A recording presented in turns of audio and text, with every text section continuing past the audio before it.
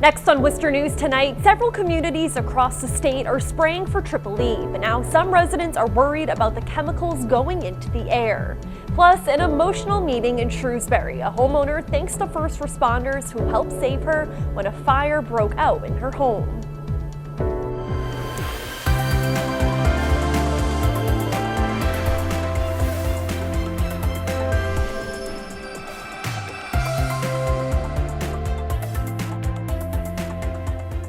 Good evening and thanks for joining us. I'm Olivia Lemon. Sunny skies across central Massachusetts today, but there is a chance of rain tomorrow. Let's get a quick look at our forecast for more. I'm meteorologist Chris Gloninger. Temperatures this evening dropping from the 60s, perhaps into the 50s again tonight, but not quite as cool as the last couple of nights. Notice there are some clouds thickening up by 10 p.m. and those clouds will likely continue to move in from the south and west through the morning. A couple of things that we're watching: downpours across upstate New York. Those will roll east during the morning and into the afternoon. We have an area of low pressure that's a tropical depression off the coast of the Carolinas. Both are going to be impacting our weather as we go into Wednesday afternoon. 65 is how we wake up Wednesday morning, and as we progress into the afternoon, we'll likely see temperatures into the 70s. The rain not too far away. This is a snapshot at noontime. You can see some downpours up near Burlington, some breaks of sunshine in Worcester, but then you look a little bit farther to the south and you see those rain showers hanging off the coast. Those are lifting north. This rain across the Adirondacks is moving in, so the two will keep our weather pretty unsettled during the overnight. Coming up, we'll be talking about that, the impacts that we will see from the tropical depression, and look ahead at the holiday weekend. All of those forecast details are coming up in a few minutes.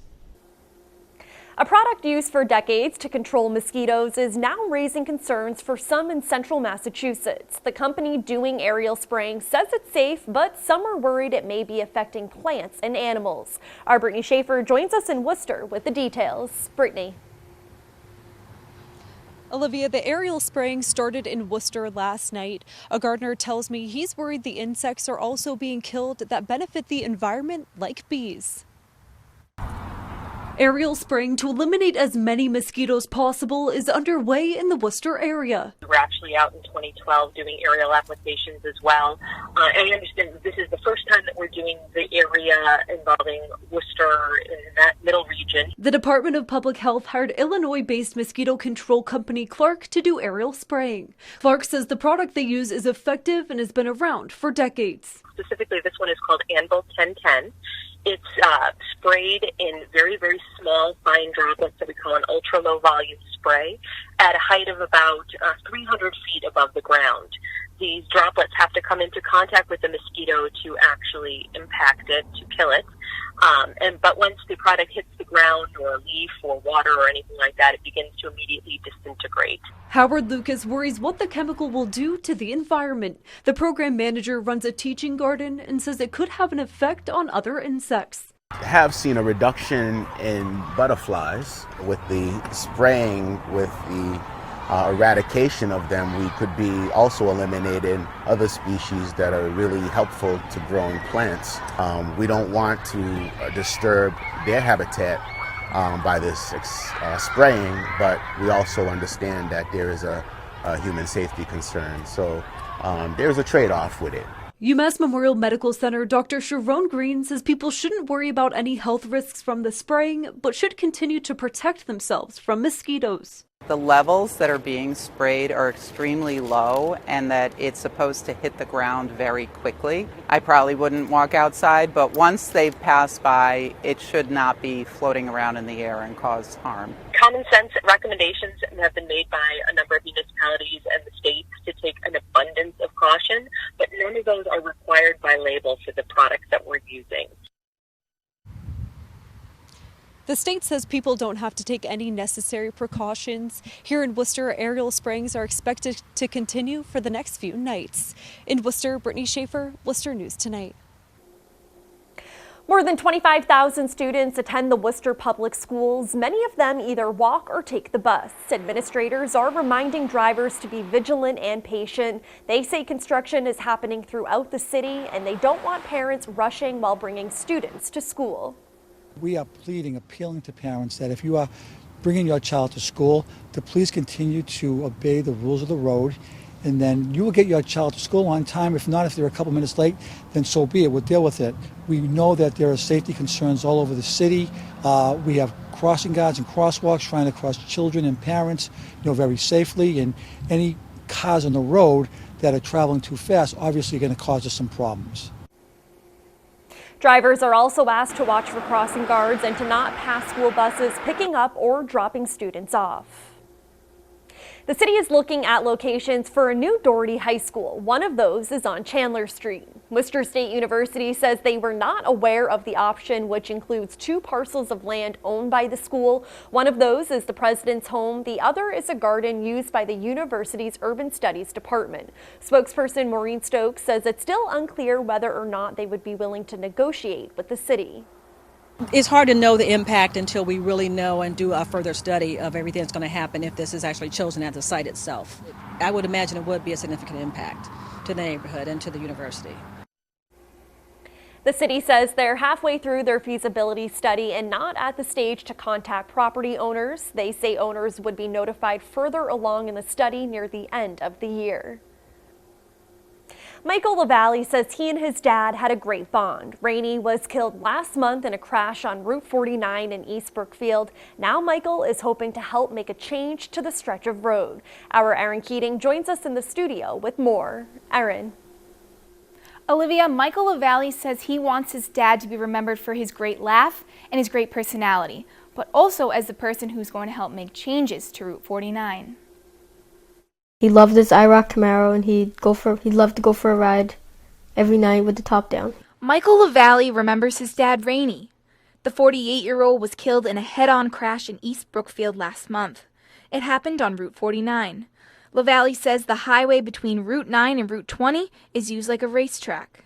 The highway is like a death trap, and a lot of accidents have had there. In the weeks following the crash, LaValle set up a petition asking for more safety barriers on Route 49. The Facebook petition has more than 2,300 signatures. And we're using those signatures to put barriers, more patrol officers, or traffic lights on Route 49. The 13-year-old says the attention the petition is receiving is all thanks to community support. The community's been a great support and emotional system, from getting the word out there, signing and sharing the petition. LaValle says taking action after the tragedy is something he is sure his dad would do. He put everybody before himself, and he's the best dad a kid could ask for.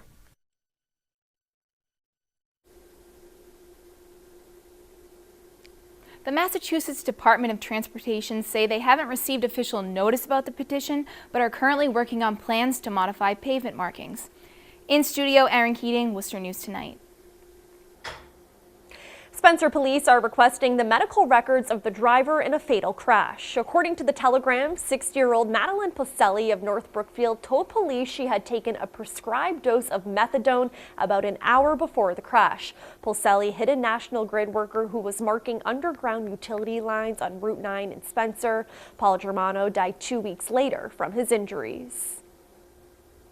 A Shrewsbury woman is crediting the quick actions of a security company dispatcher and first responders. They helped her through a fire last month, and today she got to say thank you. Our Chandler Walsh joins us in Shrewsbury with the story. Chandler. Olivia, the fire was caused by spontaneous combustion. Deborah Quinn says she thought she took the proper precautions to prevent it from happening and didn't know what to do when it did. She's calling the security company and Shrewsbury Fire Department her heroes. Deborah Quinn meets the woman who helped her in an emergency. Kathy Taylor was a calming voice on the end of a dispatch line. So glad you called. Hi, this is Kathy with ADT. Is everything okay? Yeah, no, I got a little... Last month, a fire broke out in Quinn's living room while she was home alone at night. It was just full of smoke, and there was what looked like a blowtorch. The Shrewsbury woman opened her garage door to get her fire extinguisher, setting off her ADT burglar alarm. She says she wasn't thinking clearly in the smoke, and talking to Taylor reminded her to get outside. Are you outside, or will you be waiting outside, ma'am? I could tell that she was coughing. I could tell she was a little disoriented, and my main concern was to get you outside the house. Taylor made the 911 call to the Shrewsbury Fire Department before Quinn could, so firefighters could respond sooner. Fire can double in size every 30 to 60 seconds, so every minute counts, obviously. Quinn had been doing home repairs while her family was away, and a rag spontaneously combusted in the middle of the night. Fire Chief Jim Vona says the department responds to fires like this a few times a year.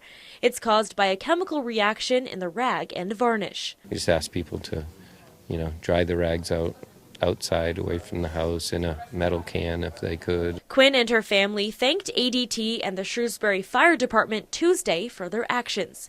She says it shows how critical dispatch and first responders' jobs are. I still am awake at night thinking what would have happened because my bedroom is right above that. So, a few more minutes, the wall would have ignited. Taylor and Chief Vona say meeting Quinn shows them the real impact their jobs make. ADT awarded the Shrewsbury Fire Department $5,000 to continue helping the community. And in the case of fire, the chief urges people not to fight it, get outside and call 911. In Shrewsbury, Chandler Walsh, Worcester News Tonight. A $1,000 grant will help create a more friendly experience for seniors at Elm Park. The Office of Worcester County Sheriff Lou Evangelitis and the Central Mass Agency on Aging awarded the 2019 Elder Care Grant to Art in the Park, Worcester. The money will add audio tours and a readable brochure in 12-point font. And the seniors are going to be able to enjoy it even more because of a pamphlet that we've been able to put together, really thanks to Art in the Park. But we have a small part in helping fund this. We asked them to be specific about the color, to talk about what it felt like so that they could convey the essence of what their artwork meant, so that, let's say, a person who was blind might be able to hear and to get a better perception of what the artwork is like. Art in the Park runs through September 9th. There are 24 sculptures by artists throughout the Northeast and 5 pieces from Worcester Public School art instructors and their students.